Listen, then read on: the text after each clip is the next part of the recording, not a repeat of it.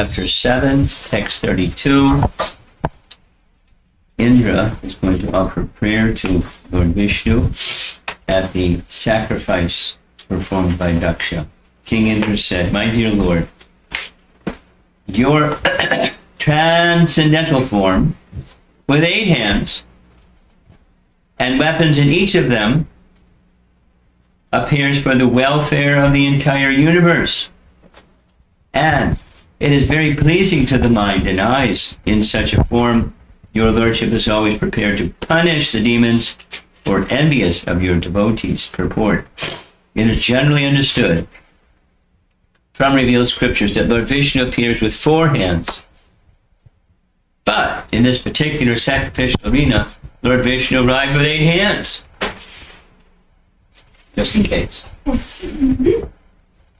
King Indra said, "Even though we are accustomed to see you four-handed, your four-handed Vishnu form, this appearance with 8 hands is as real as the four-handed form," unquote. As Lord Brahma had said, to realize the transcendental form of the Lord is beyond the power of the senses. In reply to that statement of Brahma, King Indra said that even though the transcendental form of the Lord is not perceivable by the material senses, his activities and his transcendental form can be understood.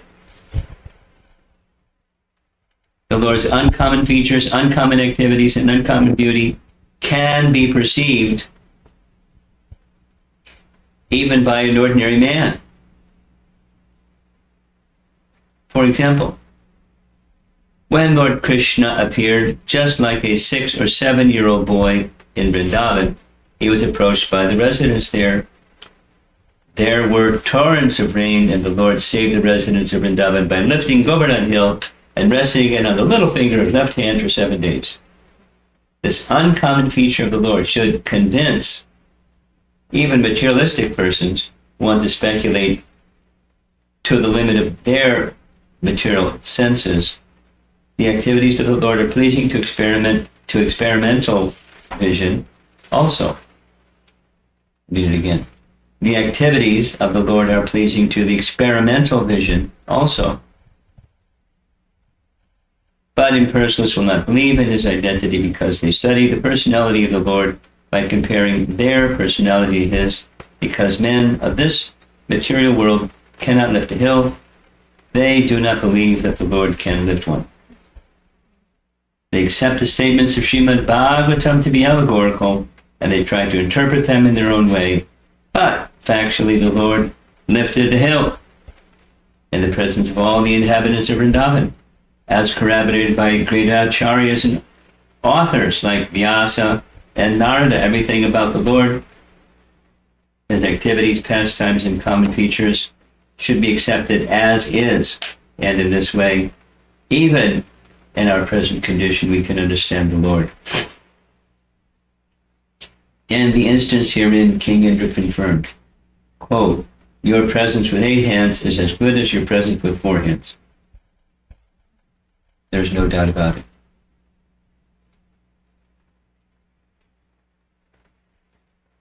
So Prabhupada is going back and forth between Brahma's statements, which are true, and Indra's statements that are true. And the statement is by empiric processes, by using blunt material instruments, material processes cannot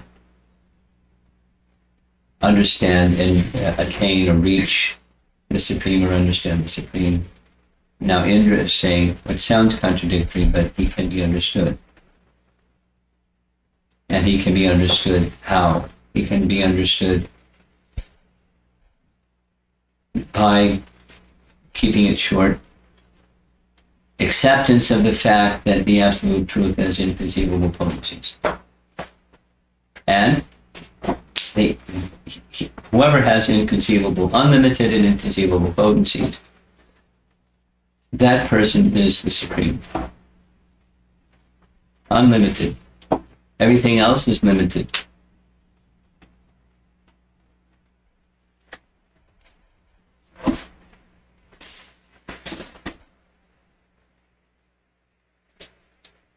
just this morning,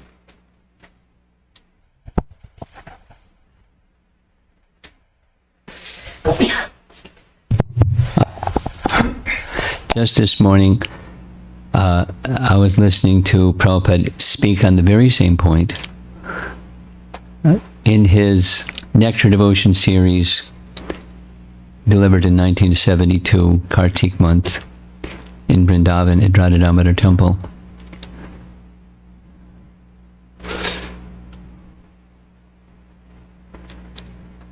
Very, very simple, very strong, very compelling.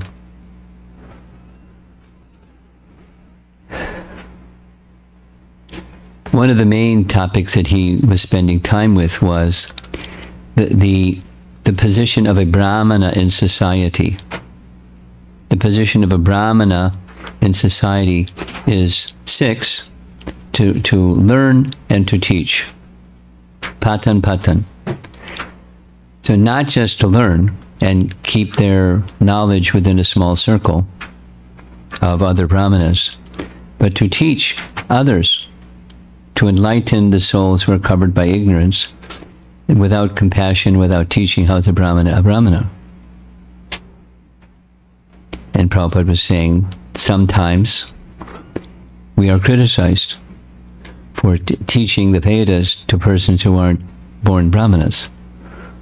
But those who are suffering, who is going to deliver them? Who is going to help them understand beyond suffering in this life? And that's by giving knowledge. So that's the Brahman's business. That's his, it's part of his sixfold duties. So who is going to deliver those people? And then Prabhupada said, I was discussing this morning with Goswamiji, whoever was the current Goswami at the Radha Damodar Temple. And the topic we discussed was, whose service is it to deliver knowledge? And they both concluded it's the Guru's service. It's a function. So who's going to be that person? The one who has knowledge. And the one who has knowledge is a Brahmana. So the Brahmana has to. So they can criticize, you shouldn't. Then if that's the standard, you shouldn't, then who's going to? That's not what the Veda teaches. It's not what the position of compassion teaches. It's not what Lord Chaitanya taught. And examples. Then how is the Brahmana to understand Brahman? Then comes the verse. Having faith in the Vedas. Shrotriya Brahmanishtam. Now, that which is in the Vedas is beyond the senses, by definition.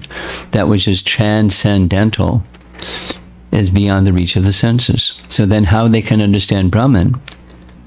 Because it's beyond the senses. And they can understand through hearing. It's another system of understanding through the Vedas, accepting the authority of the Vedas, hearing the Vedas. They can know through the authority of the Vedas. How can you know? This is Indra's. How can you know the unknowable? The unknowable discloses himself through revealed scriptures, which is from Narayana passed through disciplic succession. Then one can know. And that requires, as everything requires, some faith. Just like those who have faith in their senses. Even though they must admit the senses are imperfect, they have faith in their senses. They want to see. They want to have experimental proof. Verifiable through their senses and their yardsticks that are extensions of their senses. Then Prabhupada told, everyone knows the story, the Brahmin and the cobbler and Narada. We have some young people here. You know that story? Yes. No? Okay. Long, long ago, Narada was traveling to go see Narayana, and a Brahmana saw him, paid his obeisances. Oh, Narayana, how fortunate to see you. Where are you going? I'm going to see Narayan. Oh. Can you ask him how quickly I will attain liberation? When will I attain liberation? Sure, I'll ask him. Narada continued. He met a cobbler. Same exchange. Narada went to Narayan's abode. And along with their other exchanges, I was requested by these two, a Brahmin and a cobbler, could you tell me when they will achieve liberation? Narayana said, the cobbler many, many lifetimes, the Brahmin after this lifetime. Narada was surprised. If I tell them this, they may not accept it. So, can you offer me something as an explanation? He said, yes. Here's a needle.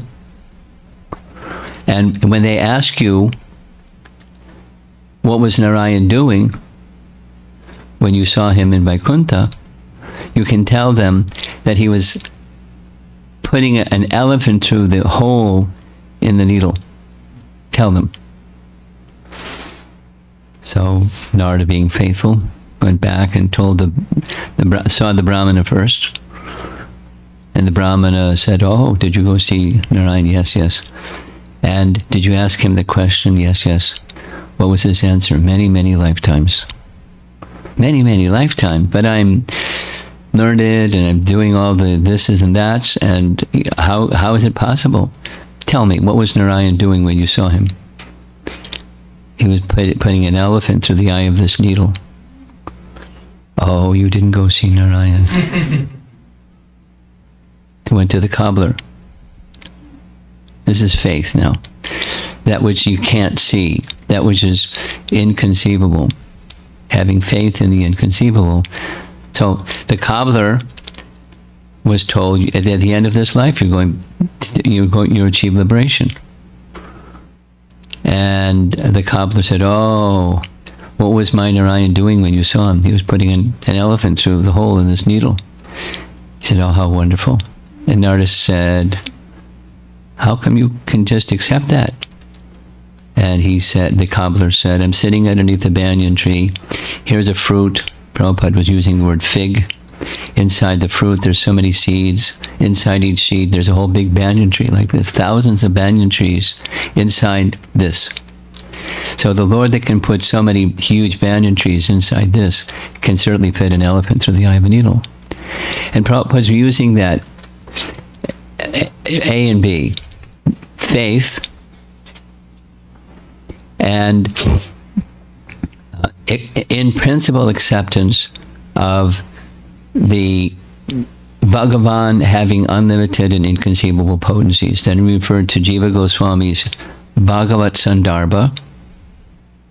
Bhagavat Sandarbha says, towards the very beginning, there's no question of understanding Bhagavan without a preliminary acceptance of Bhagavan has unlimited and inconceivable potencies.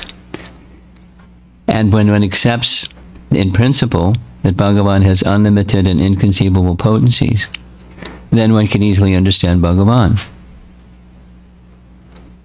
Because he can do anything. So back to what Brahma said yesterday, which is also true. By empiric processes, one can't understand that which is unlimited and inconceivable. The mind can't go there. You can go high, but you can't go there. You can't touch transcendence. And there was a follow-up question from yesterday's discussion. I think I hope she's listening, because I'm going to touch on the response. If you remember, the process, the paraphernalia, and the objectives of the materialists that are striving for Brahman realization cannot reach transcendence because the very process is material. And so there was a question, wait a minute, we're also using, but we're using in, not only in service to Krishna, yes, in service to Krishna, under the authority of the Krishna and representatives of Krishna. That's how bhakti is performed. It's not just, okay, let me snap my fingers and now I'm going to do some bhakti. It's under authority. And such persons don't have authority. They don't have the authority of Bhagavan to bring them to transcendence. Is it possible to reach, this is now making a contrast between Mayavadi and Brahmavadi, if you remember that discussion. So what's the difference between a Brahmavadi and a devotee when it comes to using material senses? For the devotee, becomes spiritualized. The senses and mind become spiritualized. And the Brahmavadis that also may try to reach transcendence, because after all, the Brahmajyoti is as transcendental as Krishna is. They're not less transcendental. It's just not as complete. It's not less transcendental. It's one of the features of the Absolute Truth. So why are their senses not spiritual? Because they're approaching transcendence. And the operative print was two. Why avashuddha buddhaya? Because there's no shelter, and that shelter is made accessible. So behind there's no shelter it's made accessible by one who has shelter, or the shelter giver himself, directly. That is, Krishna can deliver, or Krishna can deliver others through those designated and empowered to deliver. And if one doesn't have that, then it remains material. Now, can one make an argument? Yes, one can make an argument that says, well, transcendence is transcendence. And so those who are approaching, striving earnestly for Brahman, following the codes and principles of the Vedas, and they in fact Brahman, then they have an objective that's transcendental, not material. They're instruments, and the process is a transcendental process. So one can make that argument, and it's a good argument. One can also say the other. And it's not like, if this is right, then that's wrong. If that's right, then this is wrong. They can both be correct statements. That is just like what Brahma says and then what Indra says. Within the Bhagavatam, so it can't be wrong what Brahma says. And then what Indra says, which sounds like it's contradicting what Brahma says. You know, the Absolute Truth can reveal himself, and then as that revelation comes, it's something like what happened to, something like, not 100% the same, something like what happened with Dhruva, when the Lord touched him with his conch. His body became totally spiritualized and ecstatic. Now, what happened before the touch of the conch? Well, he was seeing Lord Vishnu. First, he was seeing Lord Vishnu within, and that wasn't material. And then he was seeing Lord Vishnu without, and that wasn't material. And now he's in this topmost stage, where devotional service in its pure stage blossomed, or Mad Bhaktim Labhate Param. Then his devotional service began. That is to say, pure devotional service. And before that is the warm-up, the practice sessions. Up to the point of seeing Lord Vishnu in heart, and up to the point of seeing Lord. So there's gradations of perfection, and so both perspectives have their place.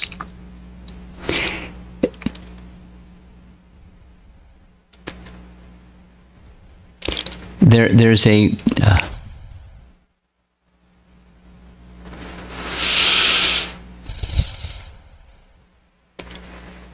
it's nice. It's in 2 consecutive verses in the Bhagavatam. There's a place for seemingly contradictory statements that if one is true, the other one is canceled out. Same point. Or if the one that's not canceled out cancels out the first one. They're mutually contradictory, and so it's got to be a 1 or a 0. It can't be both a 1 and a 0. But transcendence can be transcendental to that logic. Both can be true simultaneously. In Los Angeles, Prabhupada said, now I'm quoting Bhadrinarayan Swami because I've heard him say it at least 20 times. Right in Los Angeles in the temple room, Prabhupada said, one of the signs of intelligence is within the mind one can hold 2 opposite points of view at the same time.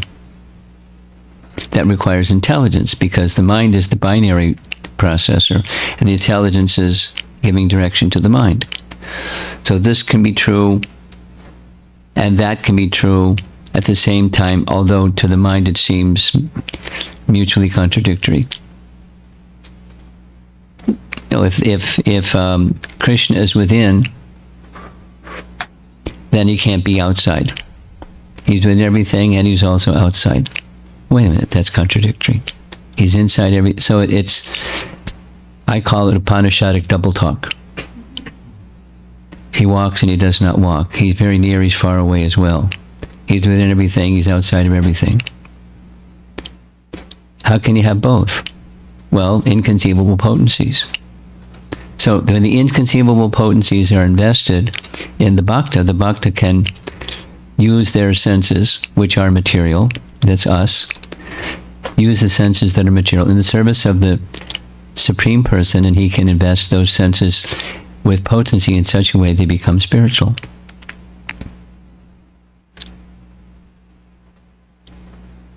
There's one other point that's emphasized in the purport, and I'm going to go use the restroom before I go finish the second point, and then we'll end.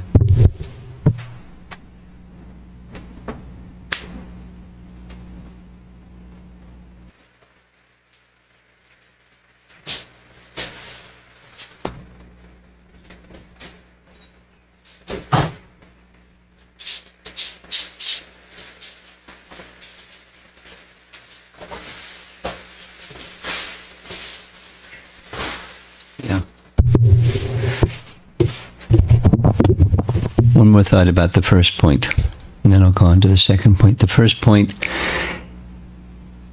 Prabhupada didn't say this explicitly, but the understanding I received was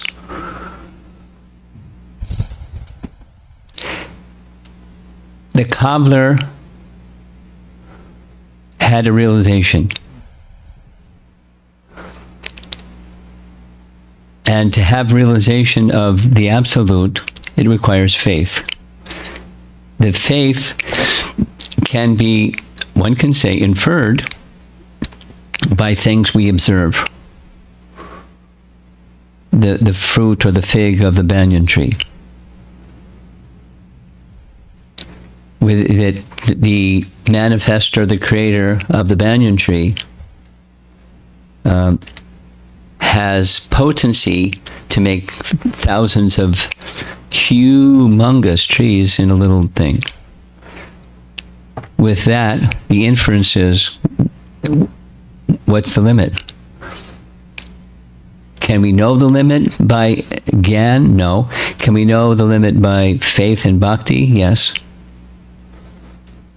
So, the unknowable, inconceivable is knowable by bhakti. That's what.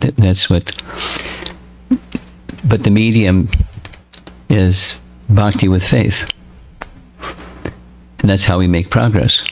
It starts small, like a seed, and nurtured carefully, it can grow and grow, and one can have full realization, which others cannot see, because it's realization.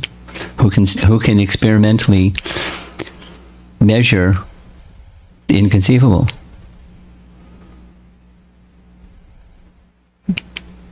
Okay, so the other point which is mentioned 3 times, the verse and twice in the purport, the 4 arms, 8 arms.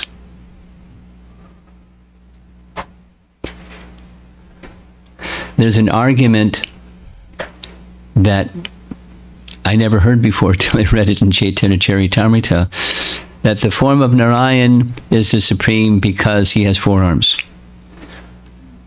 And Krishna has only 2 arms, so he's not supreme. But Narayan has 4 arms, so he's supreme. Like the number of arms you have makes you more supreme or less supreme.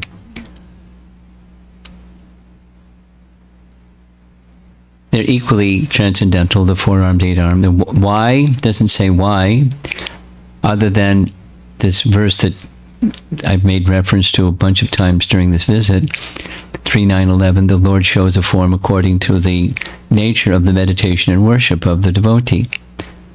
And each of the arms had weapons, so there was some protection. He's showing weapons, not a conch, but the disc and the club and whatever other weapons. Not a conch and a lotus. Those are the benedicting paraphernalia of the Lord. And the chakra and the club are the punishing. So he came with 8 weapons. It's a detail, but he's showing something. And it can be more than 8 arms. It can be so many arms. How many arms did Lord Nrsingadev manifest when Hiranyakashipu's buddies started coming to get him? So many.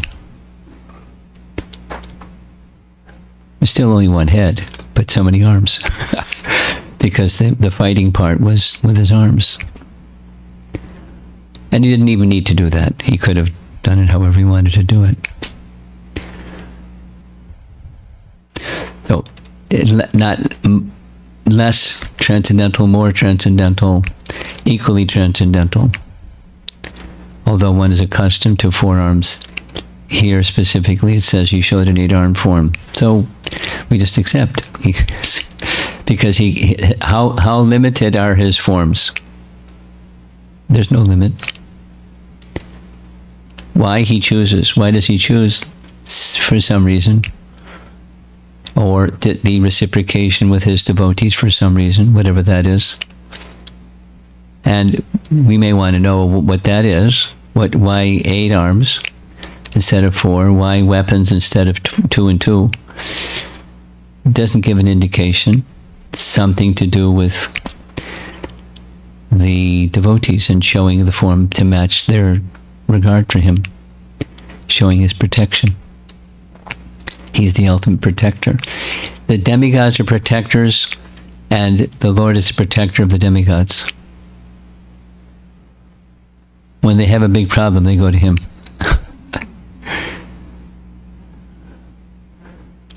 Okay, let's see if there's some discussion.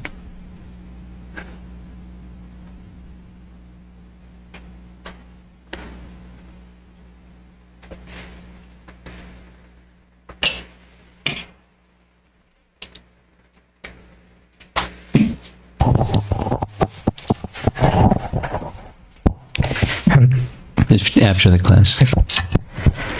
Hare Krishna Guru Maharaj, about the faith, I came across one disturbing situation very recently. A very nice devotee who didn't have the vaccine and then contracted the COVID. But he went into deep depression, like probably it's the effect of COVID. But anyway, he reached out to devotees for prayers and all. Then, so I was inquiring with another devotee. So the other devotee told his situation. He told that when sometimes like this I feel Krishna is not there for me, that's when this depression and all these things happen.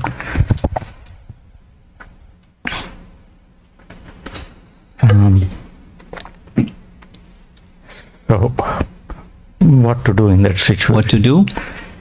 To that how do we? How will you help that devotee? That's your question. Yes. Depends on your relationship, but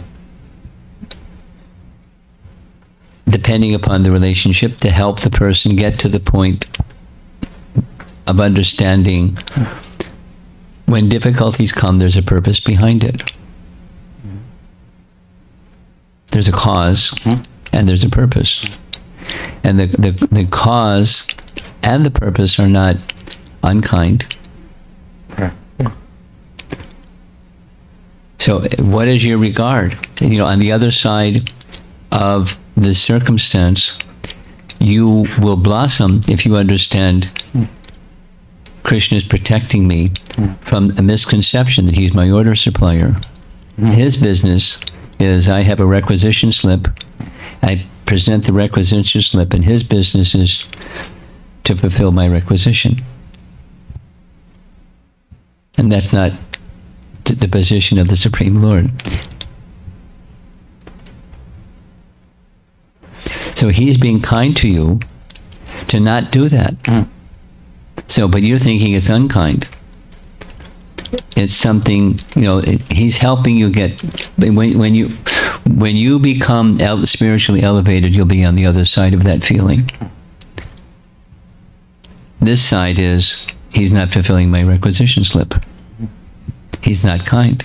Like a child that wants something, and the parents will normally say yes, but in some circumstances they'll say no. And when they say no, the child thinks, why are you being unkind? And even if they said, can you tell me why you're being unkind? Well, I'm not being unkind. Here's why I'm saying no. And they won't accept, because some children won't accept. But a benevolent parent, mother, father, will know when to say no and how to guide the child to something that's more wholesome. So this is an opportunity for this person to come to a more wholesome relationship, eternal relationship with the personality of Godhead, that he's not my order supplier, I'm meant to be in his service. And there's a lesson. That's not our relationship. He can easily, relieve the something. Yeah. But that's not a higher relationship. He's being kind. Now, there's many teachings on this topic. But a person that's in a grumpy mood, they're not going to want to hear teachings.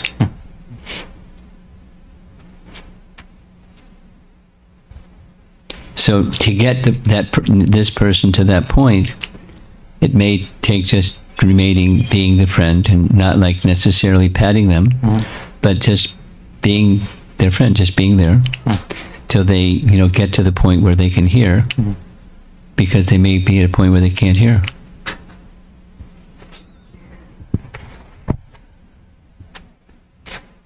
Anything else? Yes. Hare Krishna, Guru Maharaj. So regarding the faith, I think many times I hear the same message from our acharyas and gurus and senior devotees. Many times it doesn't click, but a day when it's the same statement, it clicks and it builds some faith. Why is that happens? Why are the clouds in the sky and sometimes there's no clouds in the sky?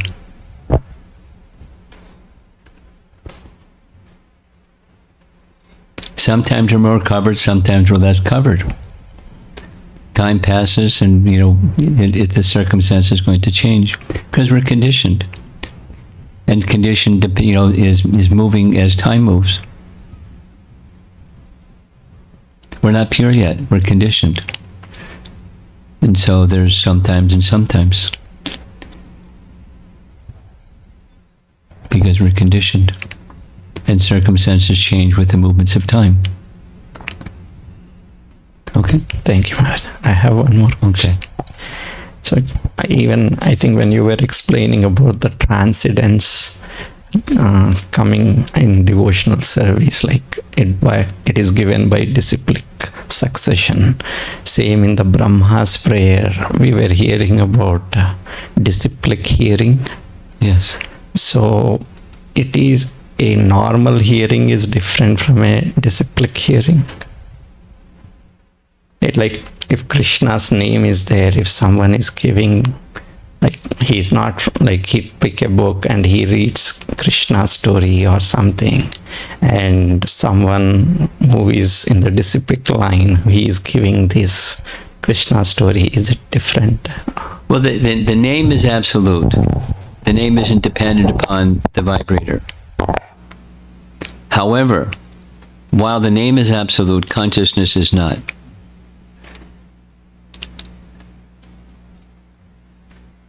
It's for one whose consciousness is pure, then it doesn't matter.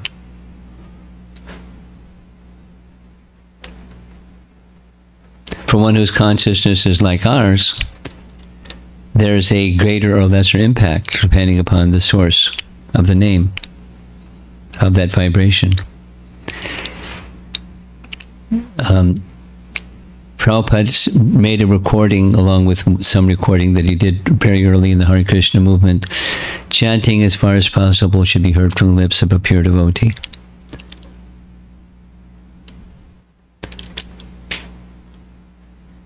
In the absolute transcendental position, it doesn't matter. Is it clear?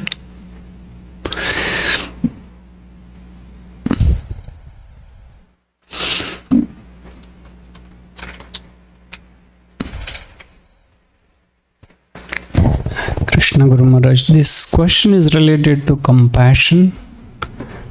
The compassion topic came few verses earlier when Lord Shiva was speaking.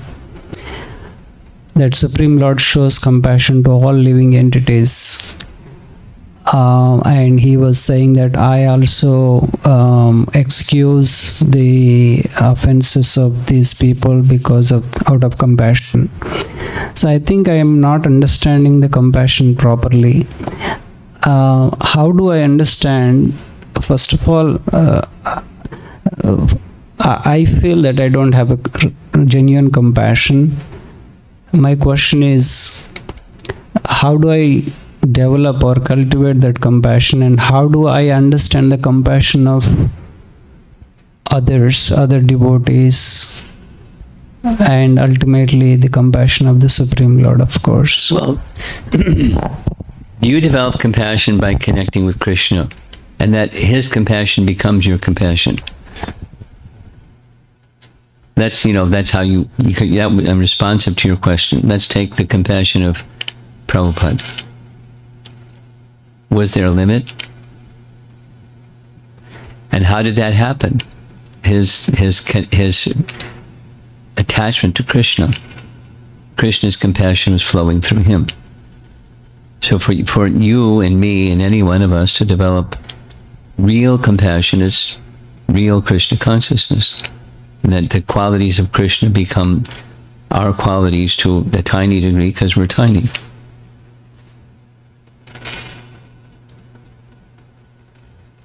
That's the first part. And the second part, again, repeat the second part. How do I understand the compassion of others?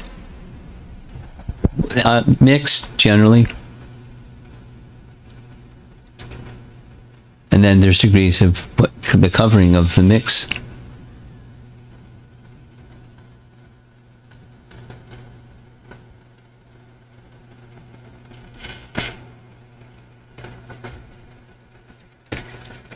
For example, a topic that Prabhupada often spoke about was being kind to humans and cutting the throat of animals.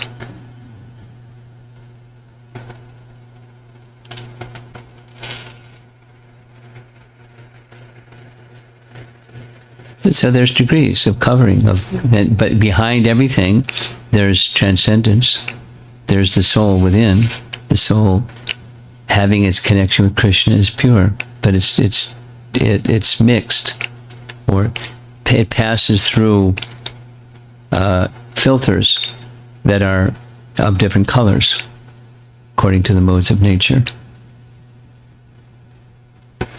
It's like, your question is like how to understand faith. And there's faith, then there's faith according to the modes. right? Chapter 12. Same with compassion.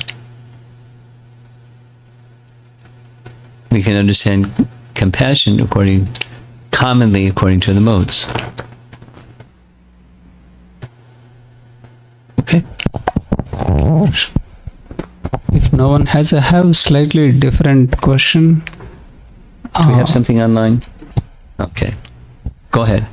This is related to the statements that we hear again and again, that the teachings of Lord Chaitanya are same as the teachings of Srimad Bhagavatam and vice versa. But when we hear Chaitanya Charitamrita, it's more relatable. It feels like human, like very relatable. And another statement we hear is that Bhagavad Gita undergraduate and Bhagavatam graduate and the Chaitanya Charitamrita postgraduate. But in Bhagavatam, when it comes to 10th canto, I never read, but it says you can't go there because it's so high you cannot understand. If you go without purification, you will make mistakes, offenses. Whereas Chaitanya Charitamrita, it's not like that. Then why is it that Srimad Bhagavatam is undergraduate, whereas Chaitanya Charitamrita is postgraduate? Whereas I can't go to Srimad Bhagavatam 10th canto without purification. Someone asked me, so what's... This is your question, or you're asking on behalf of someone else? On behalf of someone. Mahavadanyaya. Question to the person asking the question. Since Krishna and Lord Chaitanya are the same, why is it that Lord Chaitanya is considered to be more merciful? Because they're the same. And they are the same. So why is it considered? And the answer, one answer, is they are the same. Chaitanya Mahaprabhu opened the floodgate. While Krishna required surrender to me, Lord Chaitanya didn't require. And not only he didn't require, but he again and again and explicitly and through his associates gave Brajaprem, not just mitigation of material suffering and relief of material existence, and thus liberation. He just exhibited the fullness. And so in Chaitanya, but it's postgraduate because similar to the Srimad Bhagavatam, not only the 10th canto, but the whole of Srimad Bhagavatam, the Chaitanya Charitamrita takes the teachings of Lord Chaitanya to the topmost limits of Brajaprem. And who can understand it? And how to get there? So you need, step by step. So does that mean, now back to your person, why do we say this was one question, and then what are we supposed to read is the next question. It's not like you can't go to Srimad Bhagavatam until you've thoroughly read and understood Bhagavad Gita. And you can't go to Chaitanya Charitamrita until you've thoroughly read and understood Srimad Bhagavatam. That's not correct. Otherwise, why are we distributing Chaitanya Charitamrita? Or, for that matter, why did Prabhupada write Krishna book? If you'll make offenses, so why did he present Krishna book? And have us distribute Krishna book to all kinds of people.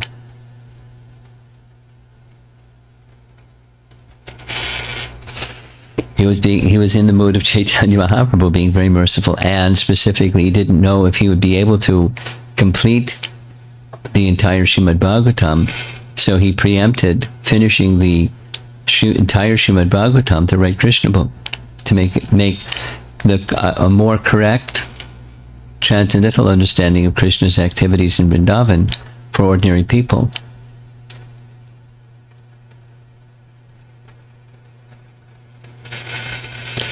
And the first statement, don't read Srimad Bhagavatam 10th canto. It's advised, we won't understand it without going through the first cantos, which is true. Now, one can get a foothold from reading some portions of the earlier cantos before going to the 10th canto. It's not like you're going to make offense if you start reading 10th canto. So it's not like that.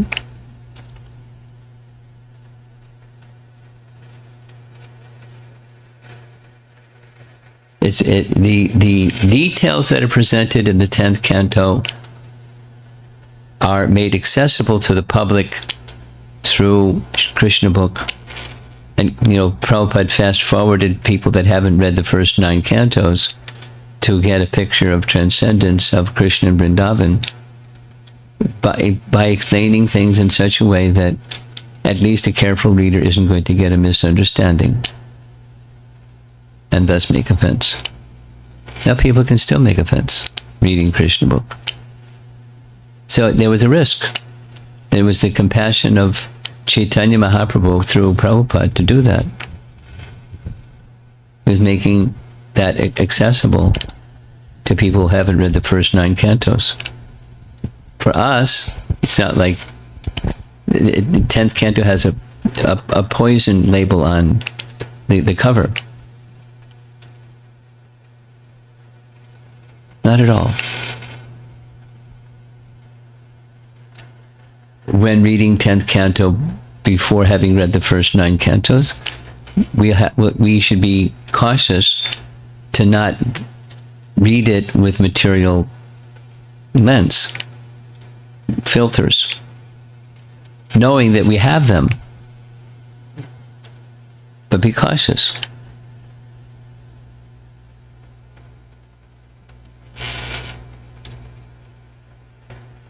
We ride cars and we put on our seatbelt. We get in airplanes and they tell you all these precautions just in case. We're taking a risk riding in an airplane. But you take precaution. You ride in the airplane. It still may crash. Okay? Anything else? Okay. Online, there's one question. Well, let's go online. Let's go online.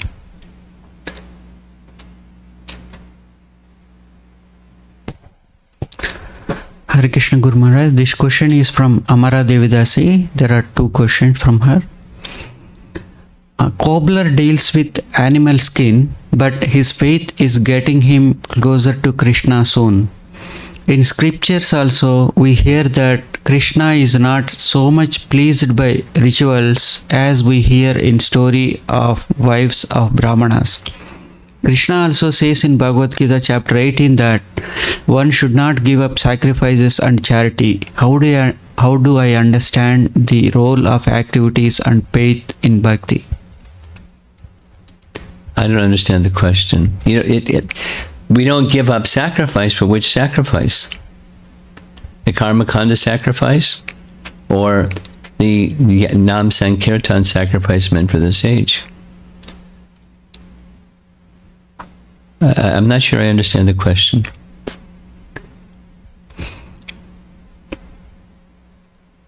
If you're there, Amara, you can unmute yourself maybe and say your question so I can understand it better. Otherwise, we're going to go on to the second question. Okay, this question is from Amara Mataji as well. Under the principle of cleanliness, perhaps one might be asked to leave the job of cobbler in Vaishnava tradition. Yes. Since one is dealing with animal skin, but if that person's faith is so strong, how that instruction can be processed in a justifiable manner? In a which kind of manner? Justifiable manner. Which kind of manner? Justifiable manner.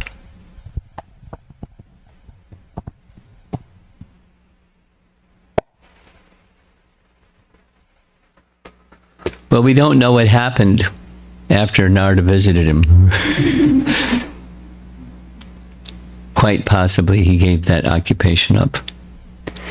This question is a little bit like, because the story is narrated because of his faith. But one who has faith is also, their heart is moved, their mind is moved, and their body is moved. Like, the verse from the Bhagavatam, even if one is born in a family of dog eaters, if one is engaged in devotional service, they can immediately perform yajnas. And there's lots of discussion on that verse. It doesn't mean they continue being dog eaters,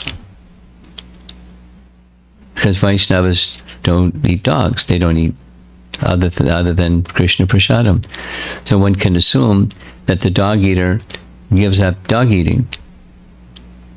So in a similar logic, the cobbler stops being a cobbler and does whatever else he does.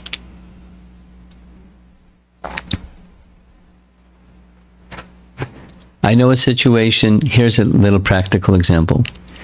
There was a situation in Houston where two devotees had a job.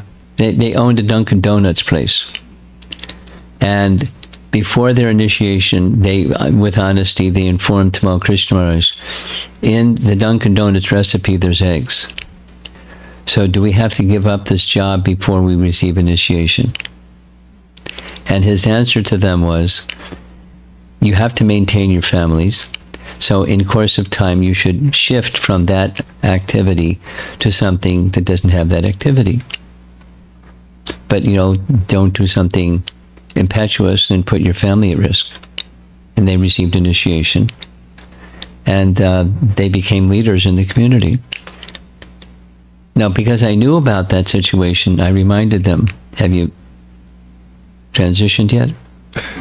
Oh. And they did. And Krishna helped them.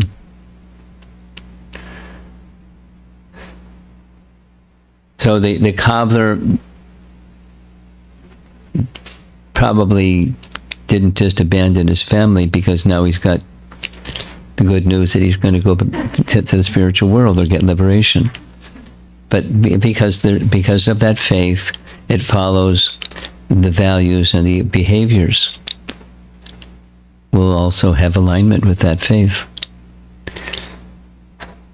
Okay, now your question.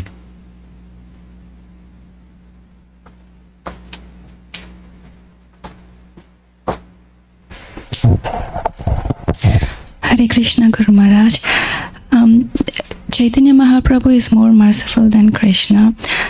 But Chaitanya Mahaprabhu comes only once in A day of Brahma. Right. So what happens? And so Krishna also comes only once. Yeah, but Chaitanya Mahaprabhu, I think Golden Avatar, he comes only, he don't come in every yuga cycle. He comes once in a day of Brahma, and same with Krishna, once in a day of Brahma. In fact, Lord Chaitanya comes just after Krishna appears. Just after. The Kali Yuga, just after Krishna's appearance in Dwapara Yuga. So what's your question? Sorry Maharaj, I think I have a misunderstanding that he won't come in every... He doesn't come every Yuga cycle. He comes once in a day of Brahma. Krishna and Lord Chaitanya come once in a day of Brahma, not once every Yuga cycle. Clear? Yeah, I have... They should come more often. That's what you're saying, right? No, Maharaj. We have 4 yugas, right, Maharaj? Yeah. In those cycles, I heard like Chaitanya Mahaprabhu won't come. The next cycle. That's correct. So what happens to Kali Yuga people? How they deliver without the Mahamantra? They just don't have the fullness of Mahaprabhu's giving the holy name, but the holy name has its potency every Kali Yuga. That's the verse that's there. Hare Nama, Hare Nama, Hare Nama Eva Kevalam. Kalo Nastyeva, Nastyeva, Nast. So Kali Yuga has that special dispensation every Kali Yuga, but the distributor of that is not Chaitanya Mahaprabhu every yuga cycle. And when Chaitanya Mahaprabhu distributes it, it's superlative.